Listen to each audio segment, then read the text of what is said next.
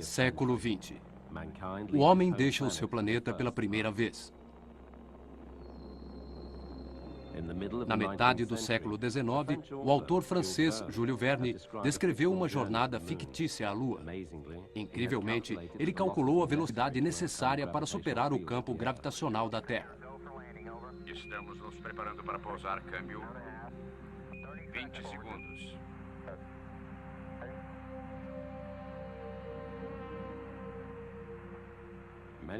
Muitos de seus contemporâneos, astrônomos famosos mundialmente como o francês Flammarion, acreditavam que poderia existir vida na Lua. Um dia na Lua cheguei. Se o dia estava bonito, não sei. Foi isso que eu cantei. De vez em quando, nuvens negras podiam ser vistas em sua superfície. Elas eram enxames escuros de insetos lunares ou era a fumaça das chaminés das fábricas lunares? OVNI.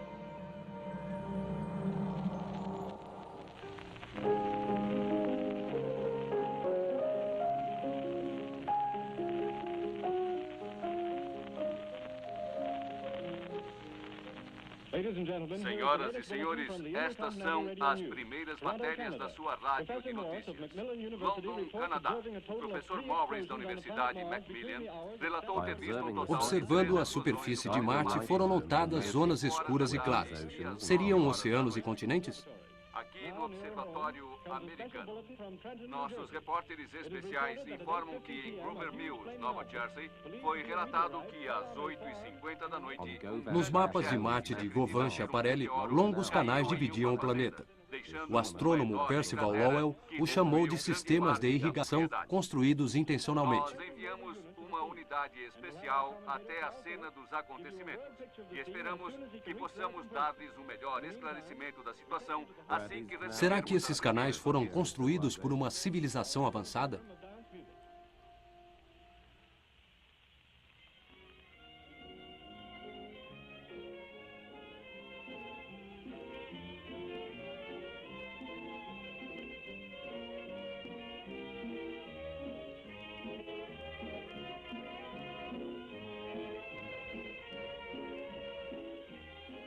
Logo, esse tipo de história fantástica se tornou um pesadelo para os ouvintes de uma rádio americana.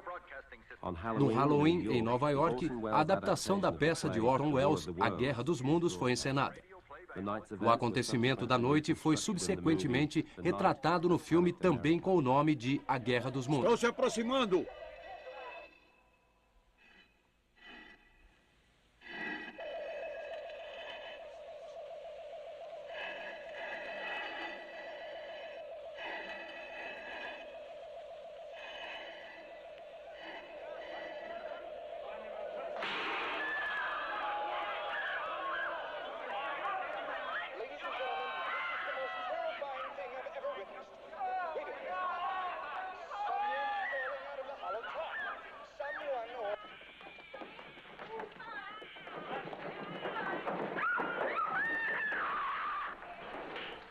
Seres invencíveis de Marte haviam pousado em Grover Mill, Nova Jersey, e estavam a caminho de Nova York. Centenas de milhares de ouvintes da rádio acreditaram que a encenação era uma reportagem real da invasão. Eles fugiram em pânico total da cidade para se esconderem nas colinas próximas. Estamos indefesos contra eles, ouça! Nessa noite, 31 de outubro, Nova York entrou em pânico e terror.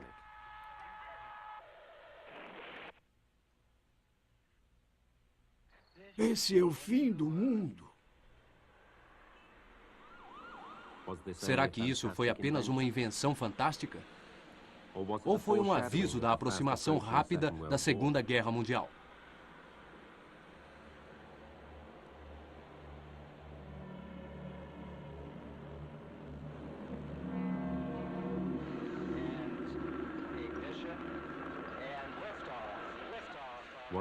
Foi a primeira antecipação da viagem ao espaço que viria a se tornar algo corriqueiro décadas depois.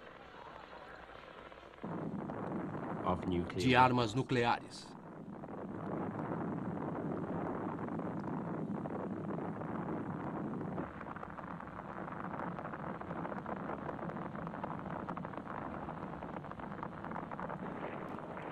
Em um século em que o impossível viria a se tornar algo mundano?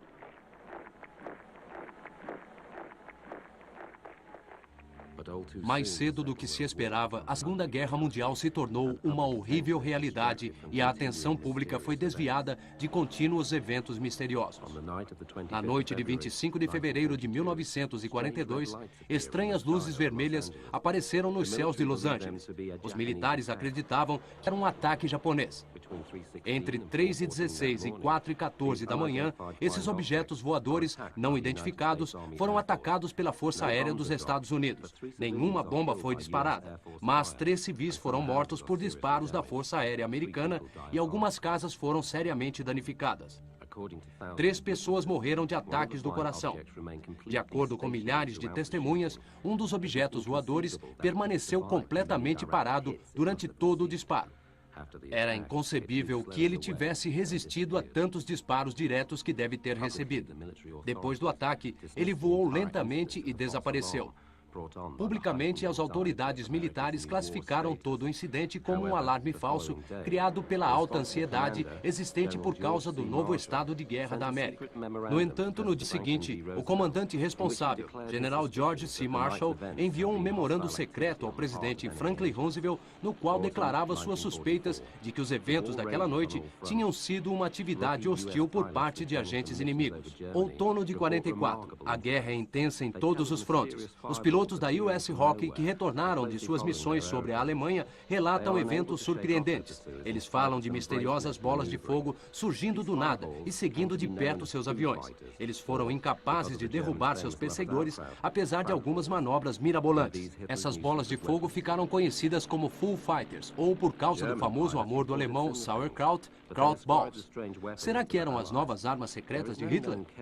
Os pilotos alemães relataram coisas similares, mas eles atribuíram essas estranhas armas aos aliados. Não há nenhum caso conhecido em que os Foo Fighters apresentaram algum perigo e, como resultado, eles foram oficialmente considerados armas de guerra psicológica.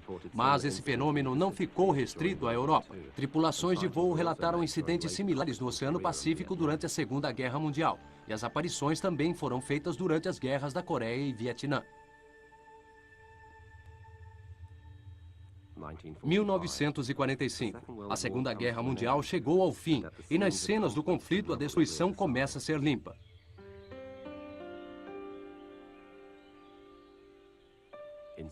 Na Suécia, um país que permaneceu intocável pela guerra, os primeiros relatos de objetos voadores não identificados surgiram em 1946. Eles foram chamados de foguetes fantasmas. Às vezes eles voavam pelo céu silenciosamente, às vezes eles se moviam bem devagar. O embaixador americano chocado relatou a Washington. Recentemente, o número de relatos sobre tais objetos tem aumentado consideravelmente. Um dos funcionários da embaixada viu um na tarde de terça-feira. Os suecos dizem não ter nenhum conhecimento sobre a origem desses objetos voadores. Na verdade, os suecos assumiram que os objetos eram foguetes alemães V-2 que tinham sido capturados por Stalin. Eles pediram ajuda urgente dos Estados Unidos e da Grã-Bretanha. Agora, mais de 2.000 aparições já foram relatadas na Noruega, Suécia e Finlândia. E chegaram mais de Portugal, Marrocos, Itália, Grécia e Índia. Esses territórios abrangiam uma área que excedia uma extensão máxima dos foguetes russos da época e, como resultado, o mistério das aparições permaneceu insolúvel. O Monte Rainier encontra-se a 3.600 metros acima do nível do mar em Washington e é o estado mais ao norte do oeste da União. É 24 de julho de 1947, um dia glorioso e com excelente visibilidade. Para muitos jornalistas e pesquisadores, esse é o alvorecer de uma nova era no estudo dos OVNIs. Kenneth Arnold é um empresário e piloto experiente que já acumulou mais de 4.000 horas de tempo de voo. Como piloto voluntário em um serviço de resgate e pesquisa em Idaho, ele está em uma missão em seu próprio avião. Ele se aproxima da montanha e verifica a neve em busca de um avião perdido.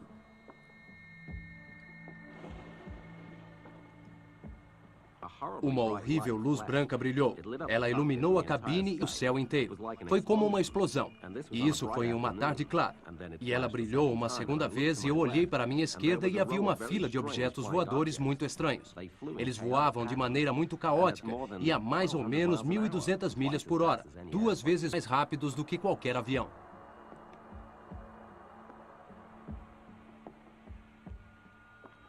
Arnold achou que armas russas secretas tinham entrado no espaço aéreo americano. Ele relatou suas observações ao controle aéreo em Yakima, onde ele parou para reabastecer.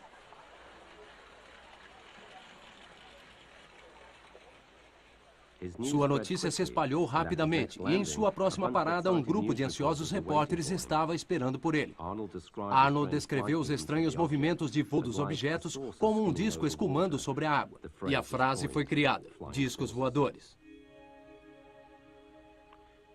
A observação de Kenneth Arnold foi em todos os sentidos única. De acordo com um estudo de Ted Blotter, 853 OVNIs foram vistos por mais de 3.200 pessoas em junho e julho de 1947. E isso foi só nos Estados Unidos. Os militares ficaram preocupados. As armas secretas dos russos realmente ameaçavam a América? Em uma única voz, relatos de testemunhas do Canadá pareciam confirmar um caminho de voo sobre o Polo Norte. O então comandante do Comando Material Aéreo da Força Aérea Americana, General Nathan Twining, forneceu em 23 de setembro as seguintes conclusões iniciais: que os fenômenos relatados eram reais, que os discos voadores eram produtos de uma tecnologia altamente desenvolvida e que eles deveriam ser investigados secretamente e com alta prioridade.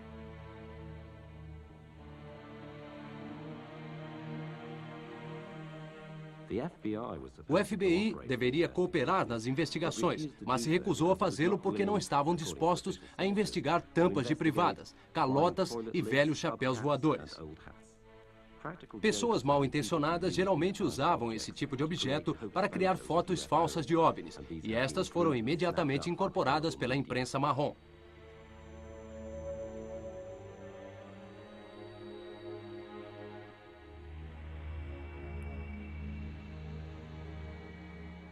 Apesar de tudo isso, em 22 de janeiro de 1948, o Projeto Sinal começou o seu trabalho.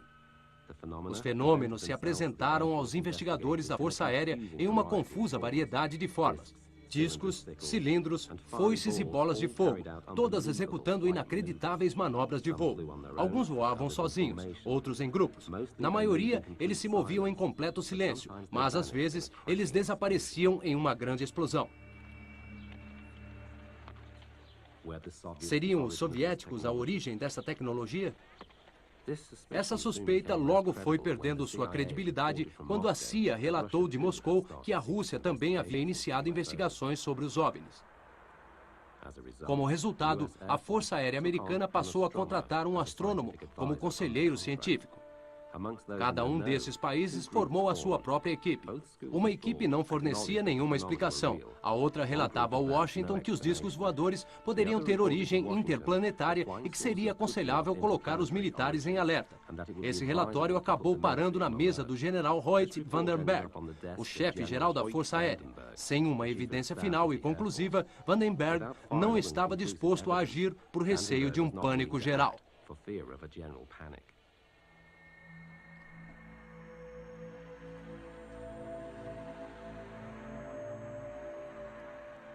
No meio tempo, novos relatos surgiram.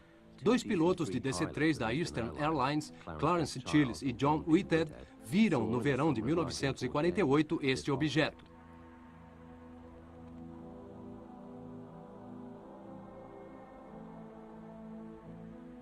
Um objeto voador similar foi visto durante uma noite clara pelo astrônomo mundialmente conhecido Klein Tombaugh, que foi o descobridor de Plutão. Tombaugh descreveu um objeto brilhando em uma luz azulada, emitindo uma luz clara que saía de 6 janelas dispostas geometricamente. Tombaugh ficou completamente atônito. Esse era um fenômeno inteiramente novo para ele, que claramente não era uma miragem, nem um avião, nem meteoros, nem a aurora boreal. Testemunhas que são treinadas para observar como pilotos ou astrônomos tornaram-se testemunhas de extrema credibilidade. Eles não tinham nada a ganhar ao relatar aparições extraordinárias. Na verdade, eles colocavam em risco suas reputações. Outras testemunhas acima de qualquer suspeita incluíam cientistas que estavam trabalhando continuamente no desenvolvimento das bombas atômicas. Eles ficaram maravilhados com as bolas de fogo verdes que apareceram no final de 1948 sobre sua base de pesquisa super secreta no Novo México. O astrônomo Dr. Lincoln La Paz, da Universidade do Novo México, foi consultado no intuito de esclarecer se estes poderiam ser tipos raros de meteoros. Em 12 de dezembro de 1948, La Paz observou um objeto similar com seus próprios olhos. Ele estava convencido e concluiu: isso não é meteoro. Pela visão dele, eram foguetes que emitiam luzes brancas esverdeadas e que subsequentemente se autodestruíam. Um cientista da base secreta de Los Alamos declarou que eles pareciam os foguetes V-2 de Hitler. De onde esses objetos voadores vieram? Será que eram naves espaciais de civilizações extraterrestres? As lembranças da peça de Orson Welles no rádio estavam frescas nas mentes dos jornalistas e cientistas quando eles discutiram duas perguntas da imprensa. Primeiro, as explosões das bombas atômicas foram tão intensas que puderam ser vistas de Marte? E segundo, essas explosões alarmaram os seres de Marte? Outros cientistas acharam que visitantes do espaço eram extremamente improváveis, por causa dos problemas interplanetários, que pareciam não ter solução, quanto mais uma viagem espacial interestelar.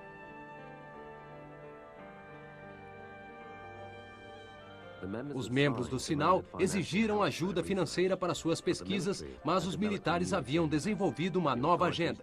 As autoridades mudaram o Projeto Sinal para Projeto Rancor. Foi dito aos pesquisadores que procurassem explicações naturais para a maior quantidade possível de aparições. Oficialmente, OVNIs não podiam existir. O conselheiro científico da Força Aérea Americana era astrônomo na Universidade do Estado de Ohio, Alan Heine. Ele descreve a situação dessa forma. E foi dito a eles para não assustar o público e não passar a informação. Eu vi que a situação era controlada cuidadosamente. Onde quer que houvesse um caso, eles tinham uma explicação, e haviam muitas. Eles criaram uma grande história e passaram informação para a mídia. Em casos que havia uma difícil explicação, eles tentavam de tudo para manter a imprensa longe deles. A tarefa mais importante deles era, sendo certa ou errada, evitar qualquer agitação entre a população. A gozação agora fazia parte dos relatos sobre os aparecimentos dos OVNIs. Mesmo assim, as explicações da Força Aérea geralmente pareciam altamente questionáveis. Agosto de 1950, Great Falls, Montana, no início das Montanhas Rochosas. O gerente do clube, Nick Mariana, e sua secretária inspecionam o campo de futebol para um futuro campeonato esportivo. De repente, ele vê dois estranhos objetos voadores passando e agarra sua câmera de 16 milímetros. Ele mostra o filme para alguns grupos de pessoas interessadas e, por fim, alguns sugerem que o filme seja investigado pela Força Aérea. A declaração oficial liberada para a mídia dizia que os objetos eram aviões de caça refletindo o sol. De acordo com declarações feitas por Mariana, após a investigação, os primeiros 35 quadros do filme, nos quais os objetos misteriosos podiam ser vistos claramente, estavam faltando. Esse filme, investigado repetidamente nos anos seguintes, inclusive na Universidade do Colorado, que entre 1966 e 1968 fez profundas investigações sobre OVNIs. Com a ajuda de computadores poderosos, a universidade concluiu que o filme mostrava dois objetos em forma de disco com uma superfície metálica altamente refletora, a cerca de 600 metros da câmera. O oficial no deck do US Marine, Delbert Newhouse, gravou esse filme em 2 de julho de 1952.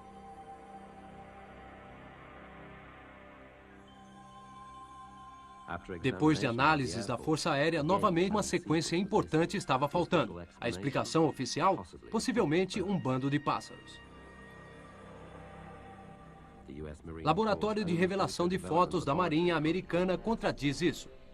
Pássaros ou aviões seriam reconhecidos como tais na análise. Os objetos no filme têm luz própria e estão, obviamente, sob controle inteligente. Origem desconhecida.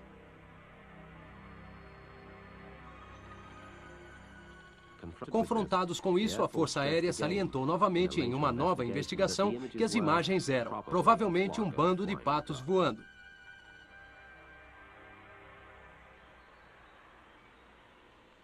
Enquanto isso, a Força Aérea criou em março de 1952 um novo programa de investigações de OVNIs. O projeto Livro Azul tinha a função de continuar a retratar todas as aparições de OVNIs como falsas. Às vezes, essa tarefa era quase impossível.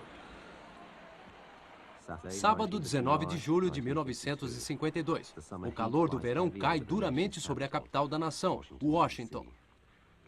Tarde da noite, por volta de 23h40, o controle de tráfego aéreo do Aeroporto Nacional de Washington relata que 7 objetos voadores não identificados tinham entrado no espaço aéreo restrito que formava a zona de segurança entre o Capitólio e a Casa Branca.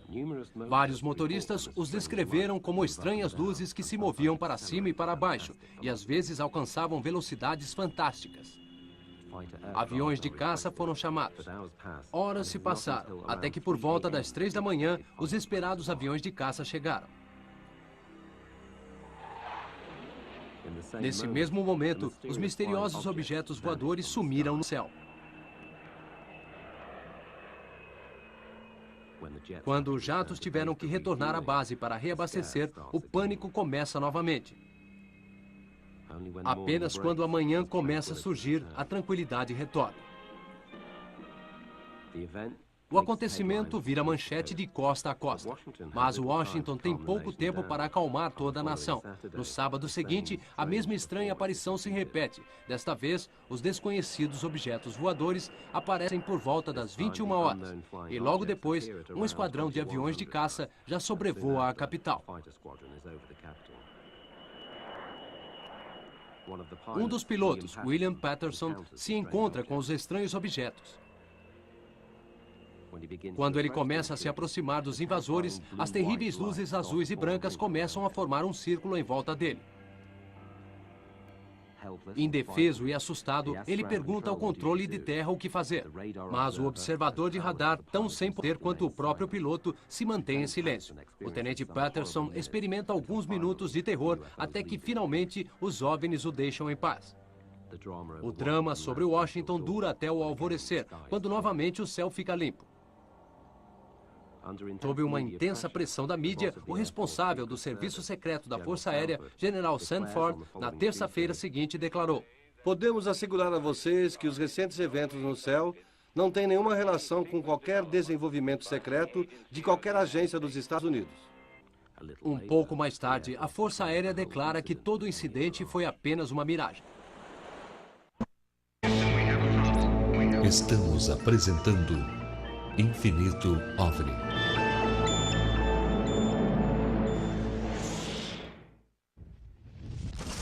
Apresentar Infinito OVNI.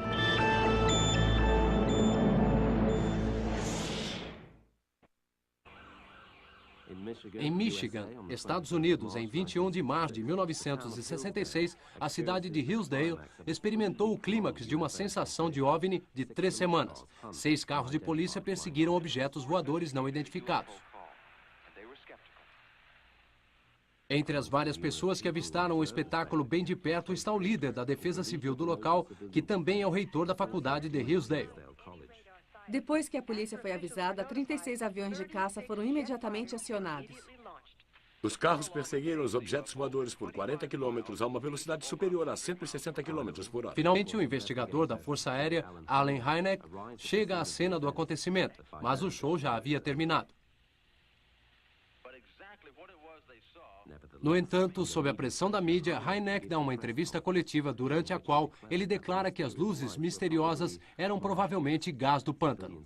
A população e a imprensa se sentiram enganados com esta explicação e surgiram piadas pelo país sobre o estado do gás do pântano de Michigan. A explicação de Alan Hynek teve consequências. No Congresso americano, o líder da oposição e mais tarde presidente, Gerald Ford, exigiu uma conferência oficial sobre o assunto OVNI. Ford disse: "Eu não concordo nem um pouco que esses relatos possam ser tão facilmente explicados. Os cidadãos da América têm o direito a uma explicação mais completa do que a dada atualmente pela Força Aérea."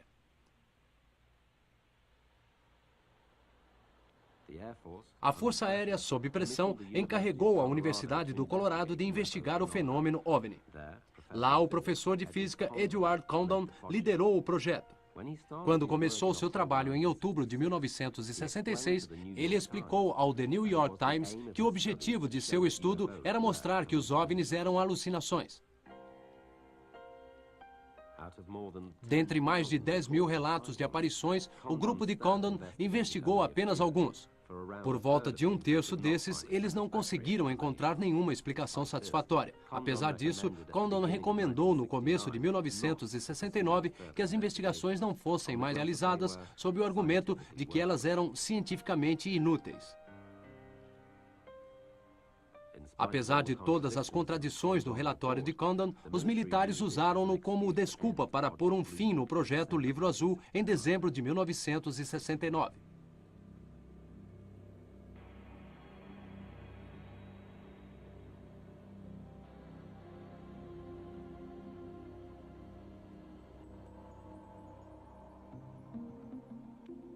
Mas muitas pesquisas particulares sobre OVNIs se ajustaram às opiniões de Condon, uma das quais foi a do engenheiro eletrônico e jornalista científico Philip Klass. Bem, por volta de 98% de todos os relatos sobre OVNIs vêm de pessoas inteligentes que veem algo no céu noturno e não conseguem identificá-lo. Eles não têm a mínima ideia de como investigá-lo. É como uma dor de estômago, você não consegue diagnosticá-la sozinho. Em alguns casos, leva-se semanas ou meses até que uma explicação natural seja encontrada. Por volta de 2% são ou fraudes propositais ou alucinações. Mas, felizmente, muitos dos fraudadores no campo dos OVNIs não são tão inteligentes ou gênios e não trabalham com perfeição. A maioria é facilmente identificada em um momento. Muitas das fotos de OVNIs são fáceis de se forjar, principalmente as polaroides. Eu acho que temos alguns exemplos. Nós temos algumas fotos. Essa se parece com uma tampa de lixeira que foi lançada no ar. Certo. Deem uma olhada. Onde ela foi tirada? Essa foto foi tirada no início da década de 50, McMinnville, Oregon. Uma das duas fotos que foram tiradas pelo fazendeiro Paul Trent e sua esposa, que diziam ser de uma nave espacial gigante que fora fotografada durante a noite. A sombra na parede mostra que já era de manhã e não à noite. Isso é uma fraude. A comissão de Condon da Universidade do Colorado investigou as duas fotos e chegou a conclusões completamente diferentes. É um objeto voador extraordinário, a uma distância da câmera de aproximadamente 1,5 km. É prateado, metálico, em forma de disco e seu diâmetro é maior que 30 metros.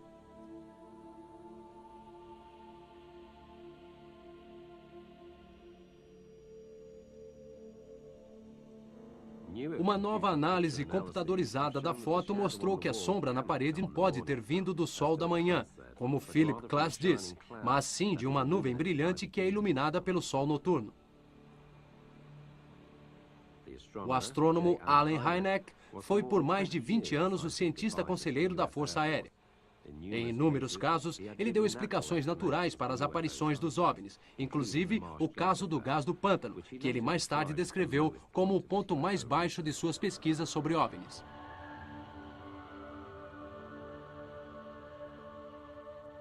Agora que a Força Aérea tinha declarado terminadas suas investigações sobre OVNIs, ele se voltou contra os métodos de seus ex-empregadores.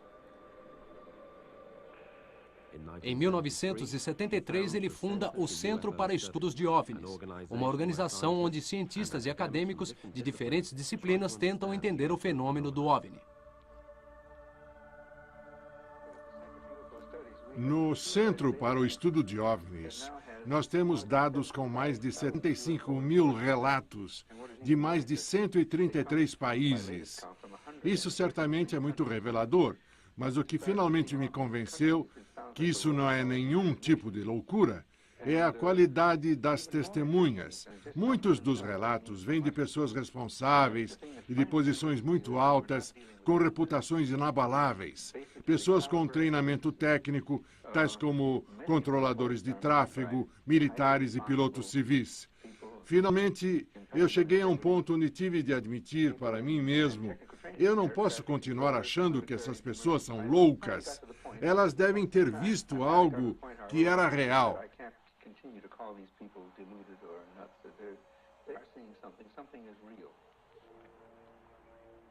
As experiências de Hynek, que gastaram muitos anos de estudos sobre OVNIs, foram usadas por Steven Spielberg em seu filme Contatos Imediatos de Terceiro Grau.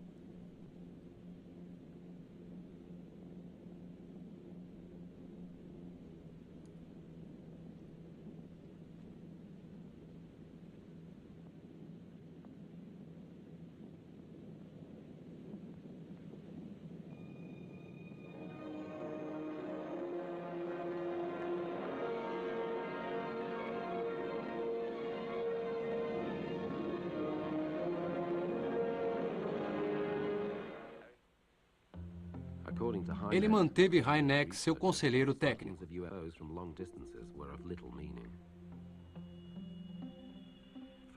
De acordo com Hynek, o proeminente pesquisador, as aparições de OVNIs a uma longa distância eram de pouca importância. Desses relatos, quase nenhum conhecimento que valesse a pena sobre estranhos objetos voadores ou de seus pilotos poderia ser retirado. Muito importante, no entanto, eram os encontros imediatos que iam do primeiro ao quarto grau. Um encontro imediato de primeiro grau é uma aparição de mais de 150 metros durante o anoitecer de 11 de novembro de 1987. O chefe de uma empresa de construções, Ed Walters, fotografou essa série de 5 fotos de um objeto voador não identificado. Diâmetro aproximadamente 4,2 metros. Distância da câmera aproximadamente 40 metros. Esse foi um encontro imediato de primeiro grau. Essa foi a primeira de uma onda de aparições que agitaram os 60 mil habitantes de Gulf Breeze, na costa da Flórida. Essa onda começou em novembro de 1987 e terminou no começo do verão do ano seguinte. Depois de alguns artigos aparecerem na imprensa local, os primeiros pesquisadores de OVNIs chegaram. Com suspeitas, eles fizeram testes em Ed Walters e suas fotos.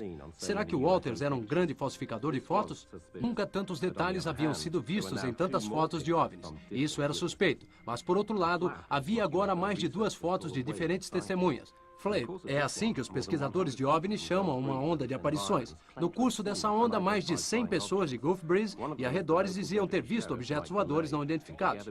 Uma delas foi o xerife local Mike DeLay. Quando eu cheguei aqui, tive uma visão clara e meu parceiro estava vendo o mesmo que eu. E não conseguíamos acreditar no que estávamos vendo.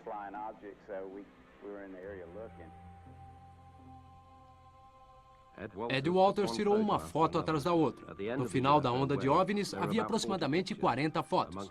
Entre essas fotos, haviam muitas que não tinham como ser manipuladas ou forjadas com modelos. Entre os jornalistas do jornal local, a credibilidade de Ed Walters estava além das dúvidas. No entanto, os céticos pesquisadores de OVNIs queriam evidências mais fortes. Eles deram a ele uma câmera especial selada com um aparelho de segurança projetado para evitar fraudes. Ed Walters tirou uma foto desse objeto voador com essa câmera.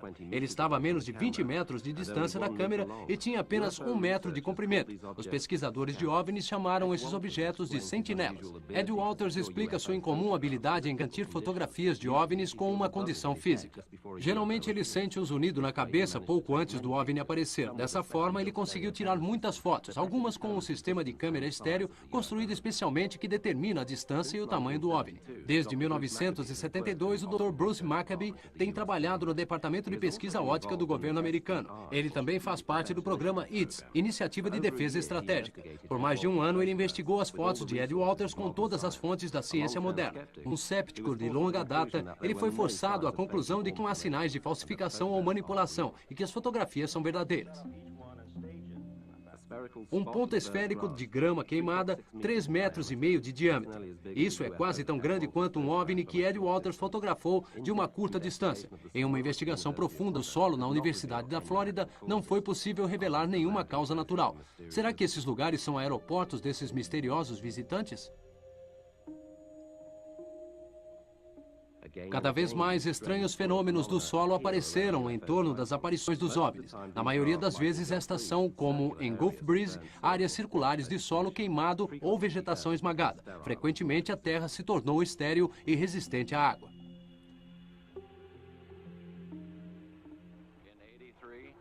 Em 1983, houve um ponto circular aqui de aproximadamente 1,5 metros de diâmetro. Começando daqui, uma trilha de mais ou menos 30 centímetros e até o jardim, onde ele termina de repente. Esse ponto foi criado durante a noite, de acordo com Harry Tommy, que mostrou essas fotografias.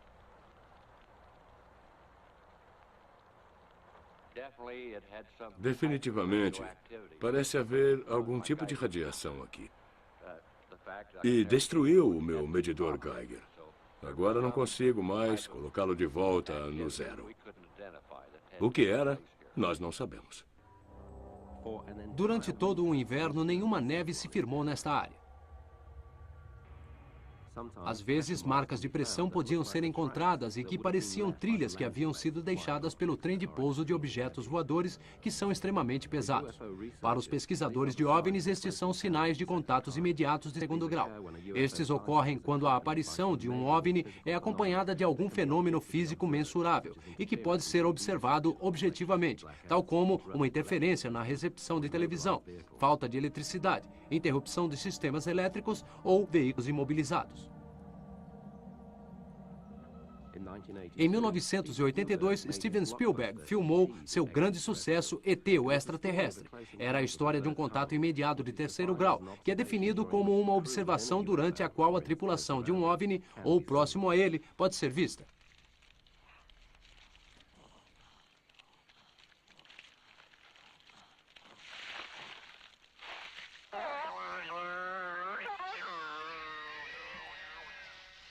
Depois do terror do primeiro contato, E.T. se torna um amigo de um garoto.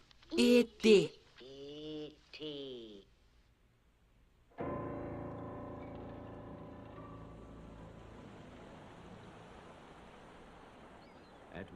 Ed Walters e sua esposa Frances relataram de Gulf Breeze um contato de terceiro grau.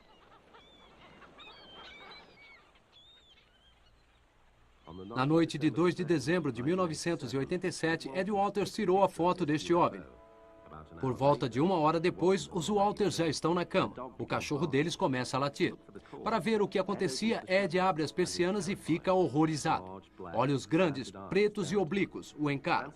Francis também vê o alienígena que achou no início ser o reflexo de Ed na janela. Antes dos Walters se recuperarem do choque, o alienígena dá meia volta e some na escuridão da noite.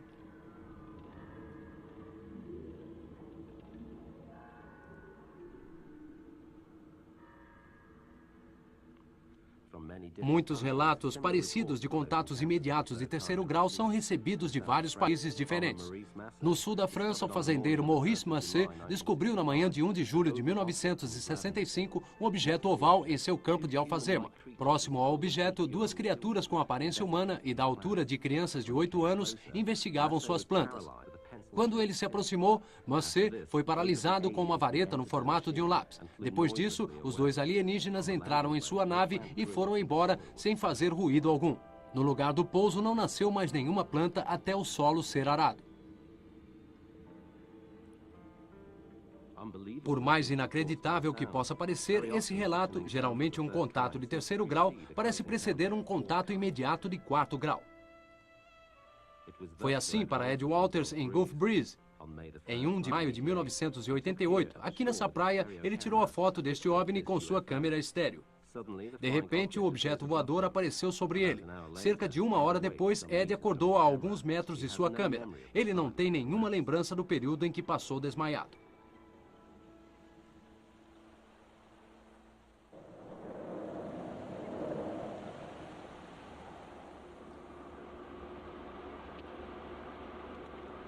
O primeiro caso relatado desse tipo ocorreu na noite de 19 de setembro de 1961. O casal Betty e Barney Hill estavam voltando de uma viagem de férias que fizeram ao Canadá. Na Estrada 3, em direção a Boston, eles avistaram um objeto extremamente luminoso com um formato incomum. Depois disso, os Hills haviam esquecido de 2 horas de sua viagem. Um ano mais tarde, crises de pânico e pesadelos levaram Barney Hill a um psiquiatra. O terapeuta tenta reviver as lembranças perdidas de Hill. Sob hipnose, Barney Hill revela seu sequestro por um OVNI. Ah, meu Deus, dê-me forças! Ah, meu Deus, eles estão comigo na nave! Eles estão fazendo testes comigo! Eu tenho que fugir daqui!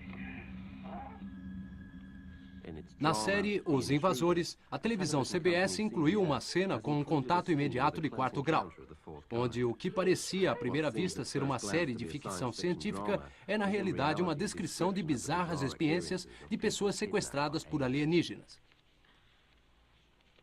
Na maioria dos casos surge um padrão. Geralmente, as vítimas são abduzidas enquanto ainda crianças. Com grande frequência, vários membros de uma mesma família são envolvidos. As descrições são geralmente de exames médicos e procedimentos cirúrgicos que deixam cicatrizes visíveis.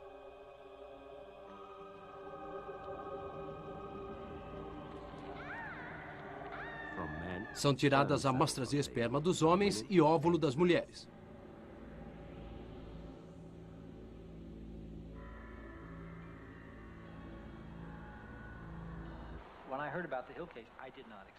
Estimulado por sua própria visão de um OVNI, Bud Hopkins, renomado pintor e escultor de Nova York, tem investigado muitos desses sequestros desde 1974. Seu livro, Invasores, forneceu material para o filme de 1992 do mesmo nome. Na verdade, Hopkins investigou mais de 500 casos até agora, e ele já publicou dados sobre muitos deles. Por causa de sua participação na pesquisa, psicólogos e psiquiatras passaram a ter conhecimento do fenômeno. Será que o medo da realidade se apossou da imaginação dos criadores de filme de ficção científica? Mais recentemente, eminentes cientistas começaram a trabalhar seriamente com esses sequestros. Por exemplo, o professor de psicologia em Harvard, Dr. John Mack. No começo, as pessoas não queriam acreditar. Diziam que isso não fazia sentido. É alguém brincando com você, ou deve ser algo assim.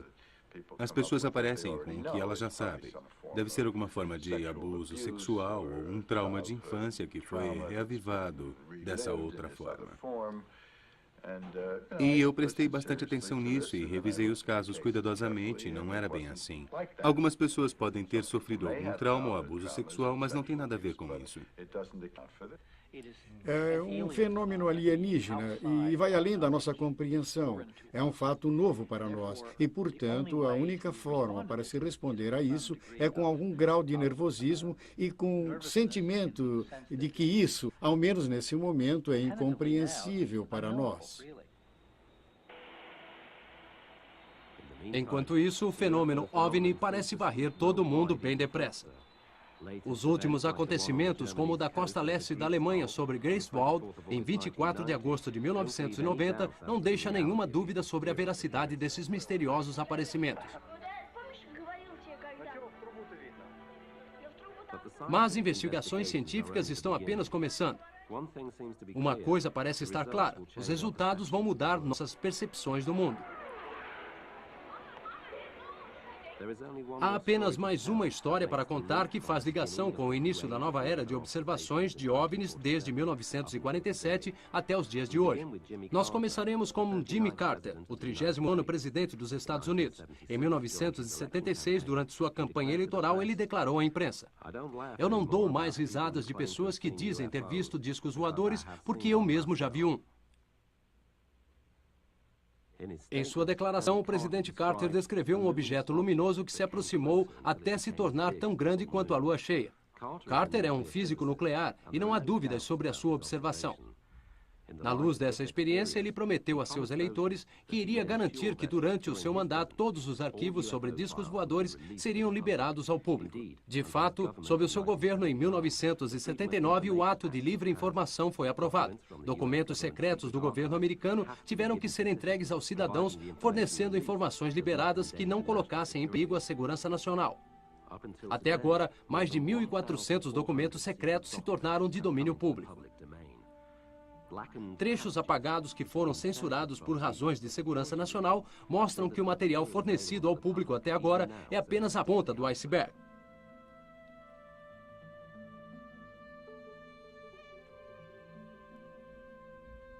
Um documento de 10 de julho de 1947 está relacionado à recusa do FBI em fazer parte do Projeto Sinal, porque eles não estavam dispostos a investigar tampas de privadas e velhos chapéus voadores, como eles descreviam as aparições dos discos voadores. Em uma nota escrita à mão, o chefe do FBI, Edgar Hoover, adicionou a um memorando interno que ele seria a favor em fazer parte em algumas investigações, na esperança de que o FBI receberia acesso aos discos recuperados. Ele escreveu: por exemplo, no caso acima, o Exército fez tudo sozinho e nem nos permitiu fazer uma rápida investigação.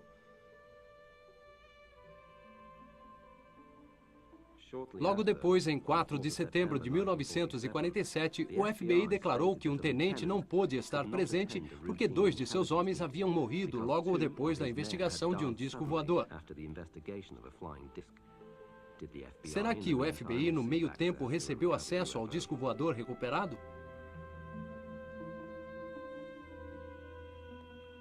De acordo com esse relato, uma história tão incrível quanto qualquer série de ficção científica provou qual foi a realidade. Novo México, 2 de julho de 1947.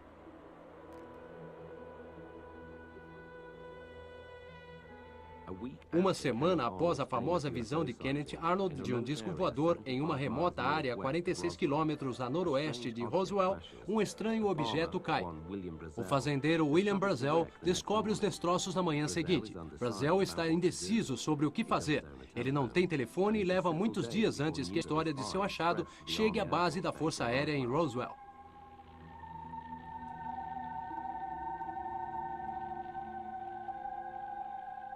Nessa época, o único esquadrão nuclear existente no mundo ficava baseado em Roswell. O Major Jesse Marcel, um físico e primeiro investigador militar na cena da queda, se recorda. As partes eram mais leves que uma balsa de madeira. Eu tentei pôr fogo numa delas, queria ver se pegava fogo, mas não pegou. Após a recuperação, o coronel William Blanchard, o comandante da base, chamou seu oficial de imprensa, Walter Holt. Holt recorda. No telefone, o comandante William Blanchard, o comandante da base, me disse que tínhamos algo que, em sua opinião, era um disco voador. Enquanto isso, o Major Marcel está a caminho do quartel da Força Aérea em Fort Worth com os restos do objeto, para os cuidados do comandante-geral em Fort Worth, Roger Ramey. Lá, dizem alguns investigadores, é onde a limpeza das provas começa. Menos de 24 horas depois da informação sobre o disco voador, ela é retirada. A Força Aérea diz que era apenas um balão meteorológico. O general Ramey e o coronel mostraram pedaços do balão meteorológico como prova, mas apenas Marcel não concordou com essa história de balão meteorológico. Nessa mesma época, Ramey mandou o misterioso material para a base aérea Wright-Patterson, em Dayton, Ohio, o centro de pesquisas e desenvolvimento mais secreto dos Estados Unidos. O incidente de Roswell foi investigado várias vezes e seus detalhes foram confirmados por mais de 100 testemunhas. Apesar disso, teria se tornado um boato se o diretor Hoover, do FBI, não tivesse exigido insistentemente, alguns dias depois, ter acesso ao disco recuperado. Até hoje, a suposta recuperação de 4 corpos, os pilotos do disco, continua sem confirmação. Os documentos secretos liberados desta data não esclarecem e nem dão evidências. Os bonecos de látex de um produtor canadense não são de maneira alguma os pilotos do misterioso objeto acidentado. O círculo se fecha com um homem chamado Robert Lazar. Em 6 de novembro de 1989, ele declarou em um programa de TV em Las Vegas que trabalhou como físico em um centro altamente secreto de desenvolvimento e testes em Nevada, oficialmente chamada de Área 51, e extraoficialmente conhecido como Terra dos Sonhos. Ele descreve os misteriosos projetos de pesquisa desta forma. Eles têm espaçonaves extraterrestres em sua posse. Espaçonaves que eles examinam por inteiro e que voam.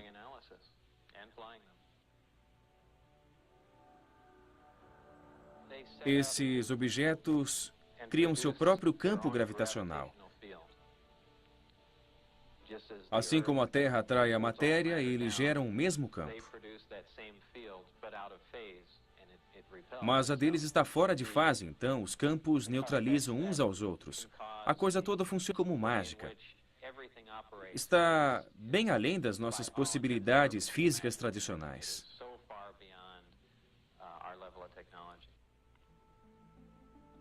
Por que Lazar foi a público com essa revelação?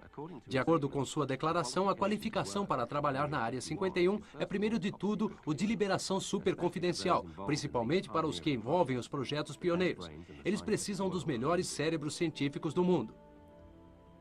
O fabricante do mundialmente conhecido Learjet, John Lear, recebeu secretamente as datas do teste de voo de Bob Lazar, que queria chamar a atenção aos acontecimentos na Área 51.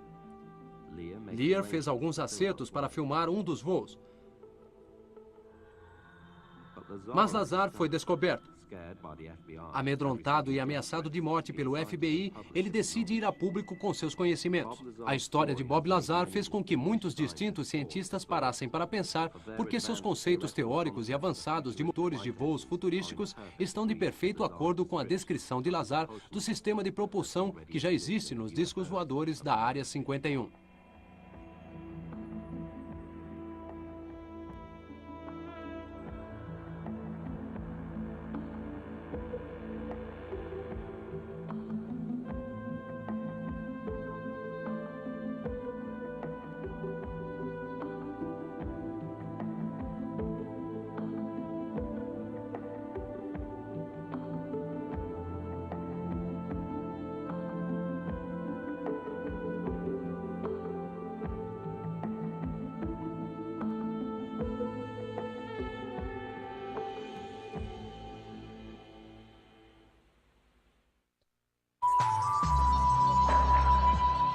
Voltaremos dentro de instantes.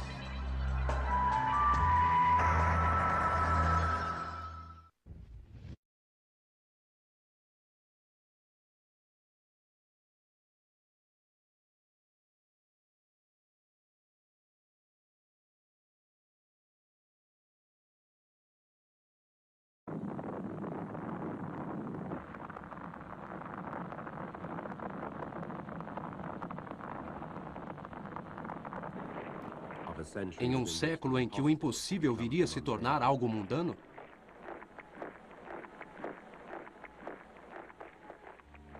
Mais cedo do que se esperava, a Segunda Guerra Mundial se tornou uma horrível realidade e a atenção pública foi desviada de contínuos eventos misteriosos. Na noite de 25 de fevereiro de 1942, estranhas luzes vermelhas apareceram nos céus de Los Angeles. Os militares acreditavam que era um ataque japonês. Entre 3h16 e 4h14 da manhã, esses objetos voadores não identificados foram atacados pela Força Aérea dos Estados Unidos. Nenhuma bomba foi disparada, mas 3 civis foram mortos por disparos da Força Aérea Americana e algumas casas foram seriamente danificadas. 3 pessoas morreram de ataques do coração. De acordo com milhares de testemunhas, um dos objetos voadores permaneceu completamente parado durante todo o disparo. Era inconcebível que ele tivesse resistido a tantos disparos diretos que deve ter recebido. Depois do ataque, ele voou lentamente e desapareceu. Publicamente, as autoridades militares classificaram todo o incidente como um alarme falso criado pela alta ansiedade existente por causa do novo estado de guerra da América. No entanto, no dia seguinte, o comandante responsável, General George C. Marshall, enviou um memorando secreto ao presidente Franklin Roosevelt, no qual declarava suas suspeitas de que os eventos daquela noite tinham sido uma atividade hostil por parte de agentes inimigos. Outono de 44. A guerra é intensa em todos os frontes. Os pilotos da US Hockey que retornaram de suas missões sobre a Alemanha relatam eventos surpreendentes, éblicas lunares. OVNI.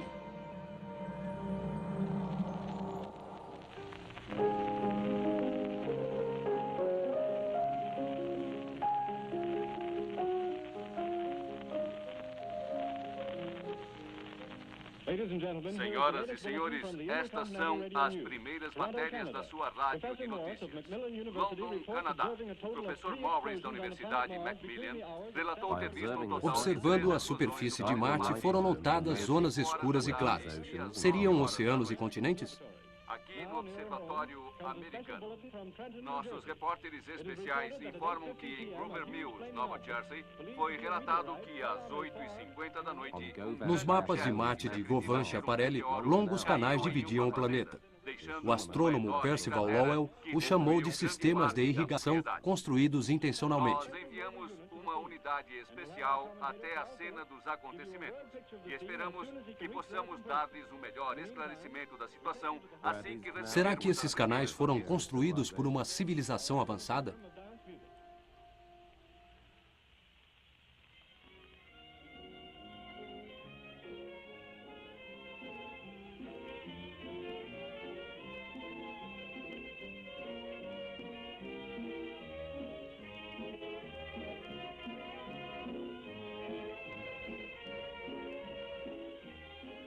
Logo, esse tipo de história fantástica se tornou um pesadelo para os ouvintes de uma rádio americana. No Halloween, em Nova York, a adaptação da peça de Orson Welles, A Guerra dos Mundos, foi encenada. O acontecimento da noite foi subsequentemente retratado no filme também com o nome de A Guerra dos Mundos. Estão se aproximando!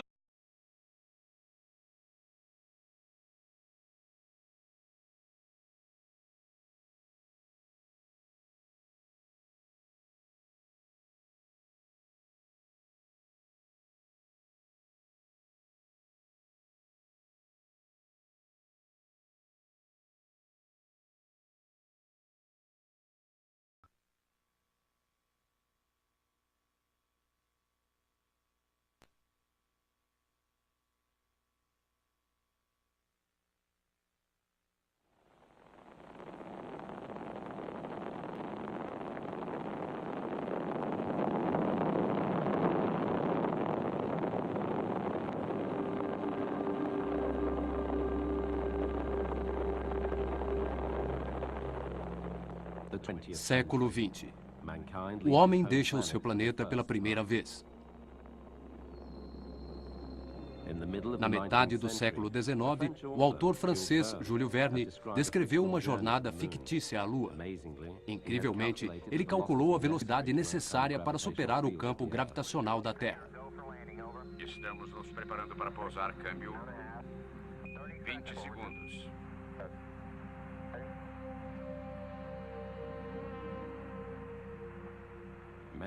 Muitos de seus contemporâneos, astrônomos famosos mundialmente como o francês Flammarion, acreditavam que poderia existir vida na Lua. Um dia na Lua cheguei. Se o dia estava bonito, não sei. Foi isso que eu cantei.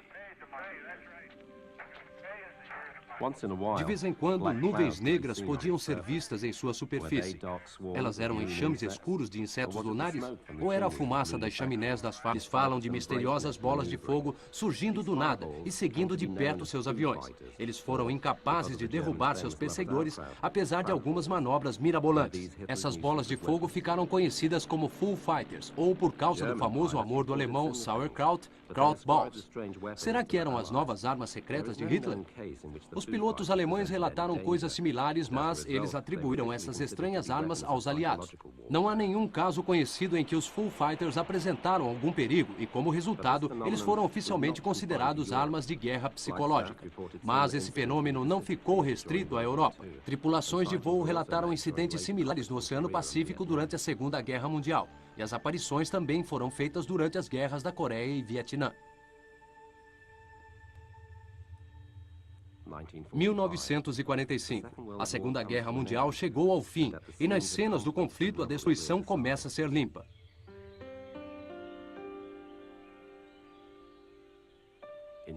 Na Suécia, um país que permaneceu intocável pela guerra, os primeiros relatos de objetos voadores não identificados surgiram em 1946. Eles foram chamados de foguetes fantasmas. Às vezes eles voavam pelo céu silenciosamente, às vezes eles se moviam bem devagar. O embaixador americano chocado relatou a Washington. Recentemente, o número de relatos sobre tais objetos tem aumentado consideravelmente. Um dos funcionários da embaixada viu um na tarde de terça-feira. Os suecos dizem não ter nenhum conhecimento sobre a origem desses objetos voadores. Na verdade, os suecos assumiram que os objetos eram foguetes alemães V-2 que tinham sido capturados por Stalin.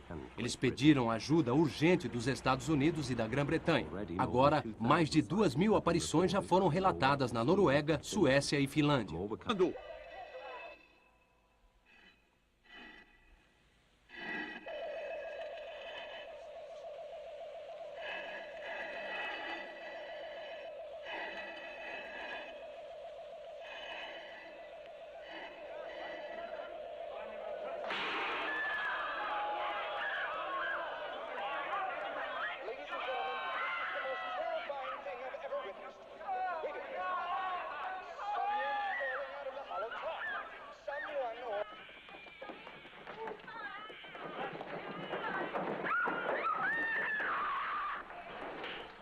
Seres invencíveis de Marte haviam pousado em Grover Mill, Nova Jersey, e estavam a caminho de Nova York. Centenas de milhares de ouvintes da rádio acreditaram que a encenação era uma reportagem real da invasão. Eles fugiram em pânico total da cidade para se esconderem nas colinas próximas. Estamos indefesos contra eles, ouça! Nessa noite, 31 de outubro, Nova York entrou em pânico e terror.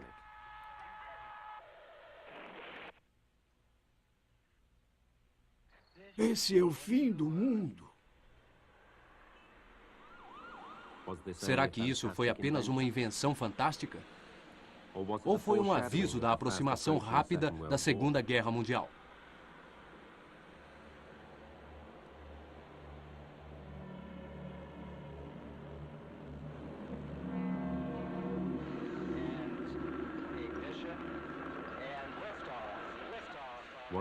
Foi a primeira antecipação da viagem ao espaço que viria a se tornar algo corriqueiro décadas depois.